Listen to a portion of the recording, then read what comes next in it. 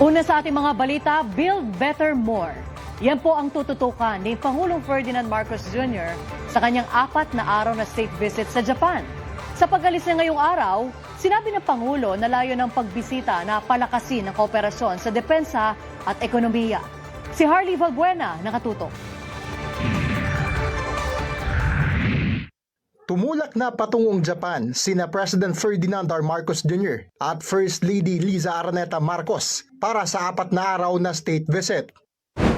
Sa kanyang departure speech sa Villamor Air Base sa Pasay City, iginit ng Pangulo na napakahalaga ng muli niyang pagbisita sa Japan para palakasin ang kooperasyon sa harap ng nagbabagong mga hamon sa rehiyon at sa mundo. It forms part of a broader foreign policy agenda to forge closer political ties, stronger defense and security cooperation, and more enduring economic partnerships with major countries in the region in order to advance the interest of the Filipino people while promoting regional peace, stability, and prosperity. Kabilang sa mga tatalakayin ng Pangulo sa bilateral meeting kay Japan Prime Minister Sanae Takaichi ay ang sigalot sa West Philippine Sea, epekto ng krisis sa Middle East, ang kooperasyon sa Amerika at kandidatura ng Pilipinas sa United Nations Security Council.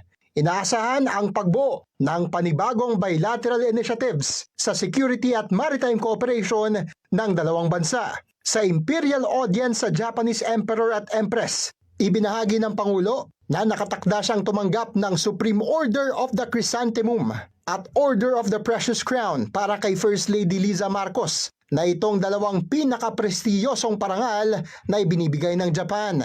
Igagawad naman ng Pangulo sa Japanese Emperor ang Order of Lakandula with the rank of Supremo at Order of Gabriela Silang para sa Japanese Empress bilang pagkilala sa kanilang inisyatiba sa pagpapalakas ng ugnayan ng Pilipinas at Japan.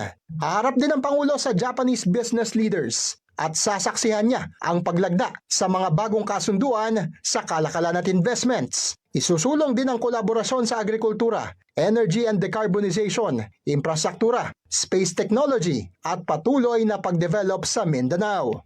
I believe we can further expand our security, economic, and development cooperation in order to enhance our national defense posture and to uplift the standard of living of Filipinos in different parts of the country. Sinabi rin ng Pangulo na nasasabik na siyang makasalamuha muli ang Filipino community sa Japan.